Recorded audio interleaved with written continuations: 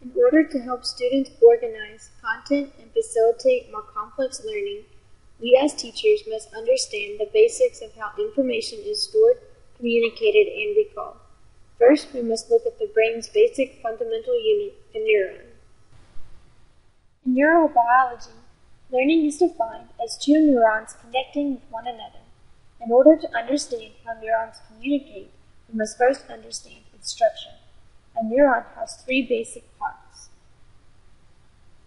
the dendrites, the cell body, and the axons. Dendrites extend outward like the branches of a tree, and they receive signals from other neurons. The signals pass through the cell body and into the axons. When axons send signals that they receive by the dendrites, learning has occurred. In addition to understanding the functions of neurons, an understanding of a basic anatomy of memory is helpful for gaining insight onto how students learn. The most complex section of the brain is called the cerebrum. Its outer layer, the cerebral cortex, acts like a filter and decides what information is to be stored.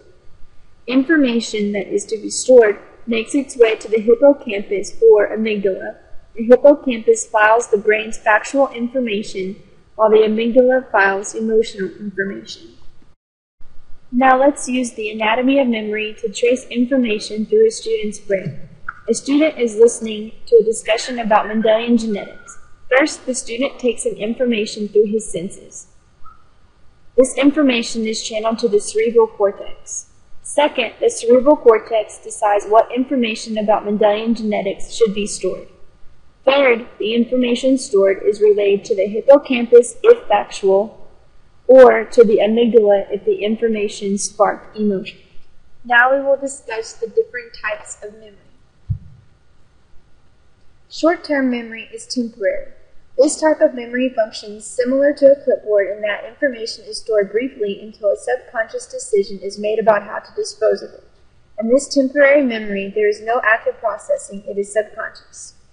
Short-term memory is limited to about 30 seconds maximum, however, the length of time varies by age.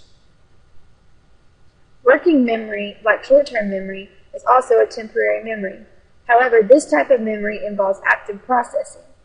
Working memory is also limited by the number of chunks of information it can hold. This number increases with age, with the upper limit being 7. Long-term memory is like a filing cabinet. It can hold more information for a longer time. There are 5 types of long-term memory: semantic, episodic, procedural, emotional, and automatic. Each type deals with a different kind of information. For example, semantic memory deals with words in the written language, while automatic memory deals with memories that are triggered by simple associations. Long-term memory is constructed by making sense of the information and assigning memory to it so that it can be recalled later.